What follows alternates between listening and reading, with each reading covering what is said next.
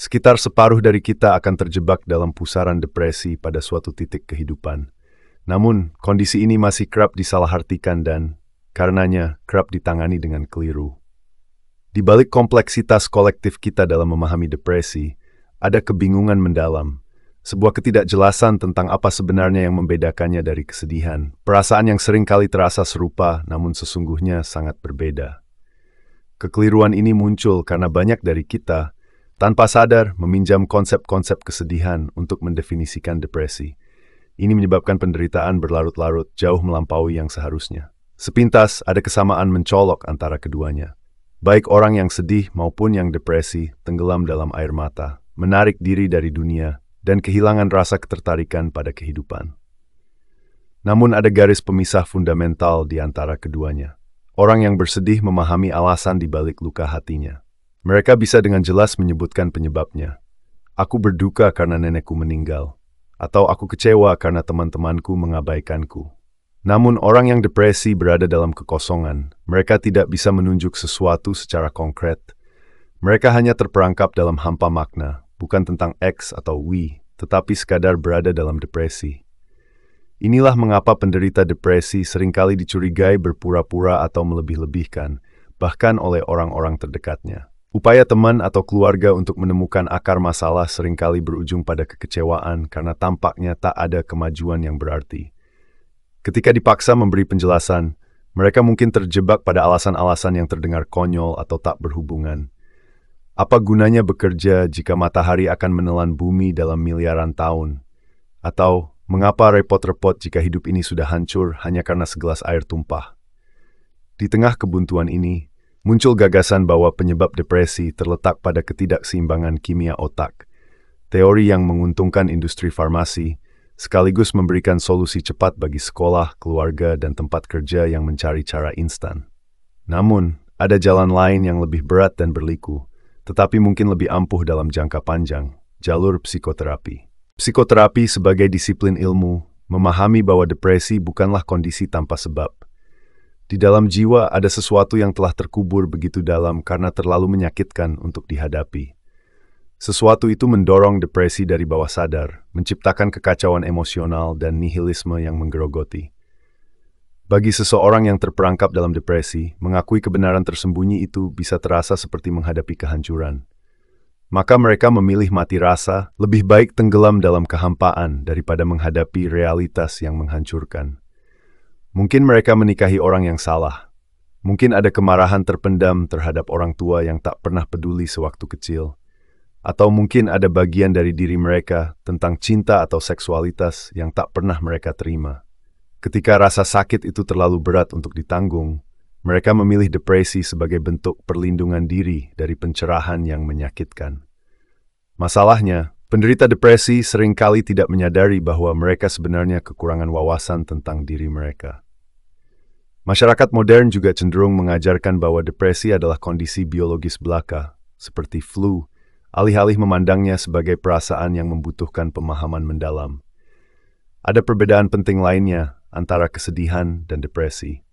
Orang yang sedih merasakan duka atas sesuatu di luar dirinya, kehilangan pekerjaan, kematian orang tercinta, tetapi harga dirinya tetap utuh. Sebaliknya, penderita depresi kerap diliputi rasa bersalah, malu, dan kebencian terhadap diri sendiri, yang bisa berujung pada pikiran-pikiran tragis, bahkan bunuh diri. Psikoterapi mengajarkan bahwa kebencian diri ini adalah manifestasi dari kemarahan yang sebenarnya harus diarahkan keluar, kepada orang tua, pasangan, atau sahabat, tetapi malah berbalik menghantam diri sendiri. Rasa marah yang seharusnya diarahkan pada orang lain berubah menjadi keyakinan, aku tak berharga. Seseorang memilih membenci dirinya sendiri daripada mengambil risiko menyakiti orang lain. Depresi seringkali datang beriringan dengan keadaan euforia sementara yang dikenal sebagai mania. Sekilas, mania bisa tampak seperti kebahagiaan, sama seperti depresi sering disalahartikan sebagai kesedihan.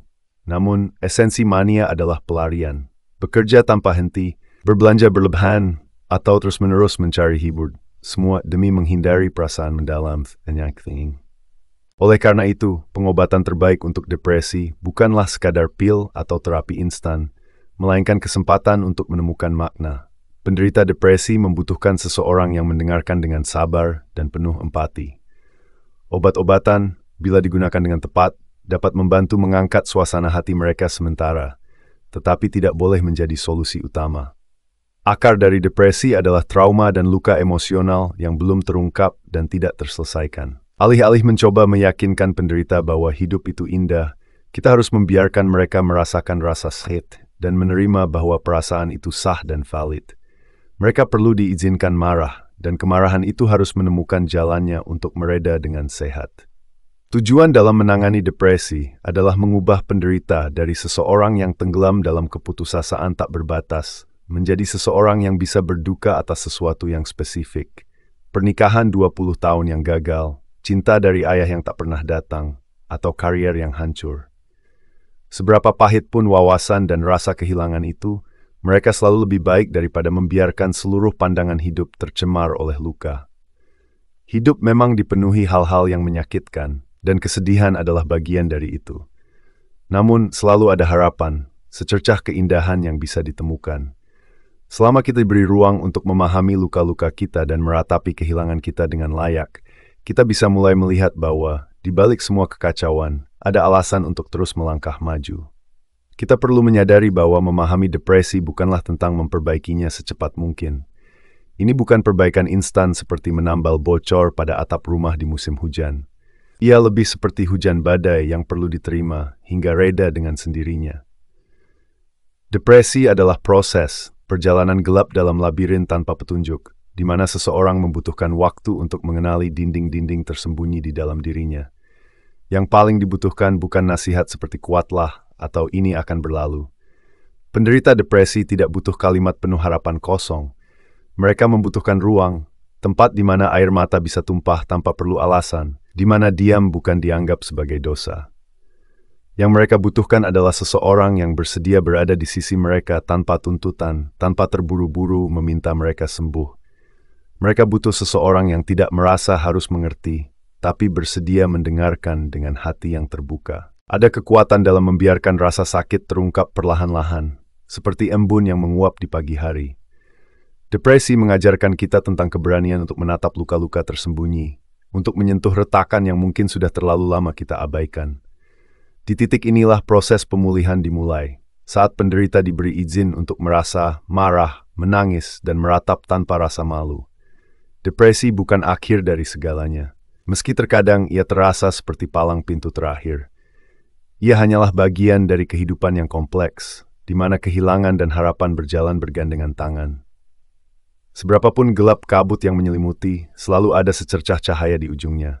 Cahaya itu mungkin tak datang dari luar, bukan dari orang lain, bukan dari janji-janji manis dunia, tapi dari dalam, dari hati yang perlahan pulih, dari keberanian untuk menerima hidup sebagaimana adanya, lengkap dengan patah dan purnanya.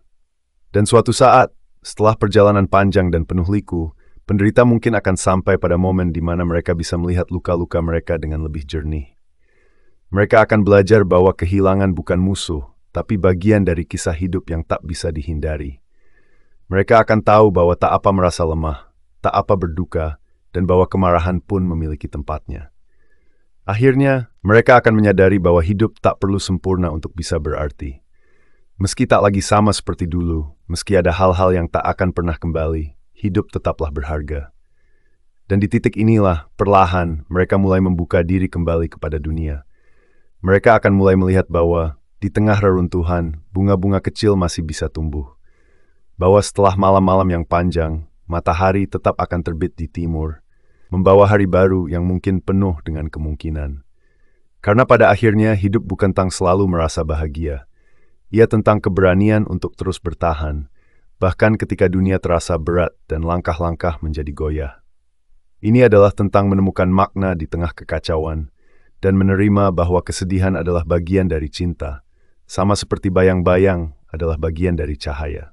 Jadi, jika kamu atau seseorang yang kamu cintai tengah berjalan di jalan sunyi bernama depresi, ketahuilah bahwa kamu tidak sendirian. Setiap langkah kecil yang kamu ambil adalah kemenangan. Setiap air mata adalah cara jiwa untuk berbicara dan meresapi apa yang selama ini tak terungkap. Dan seberat apapun badai yang menghempas, suatu hari angin akan tenang dan langit akan terang kembali. Hingga saat itu tiba, tetaplah bertahan.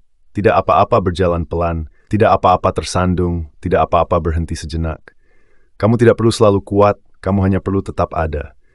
Karena meski dunia ini penuh dengan luka, ia juga penuh dengan harapan yang tersembunyi di tempat-tempat yang tak terduga.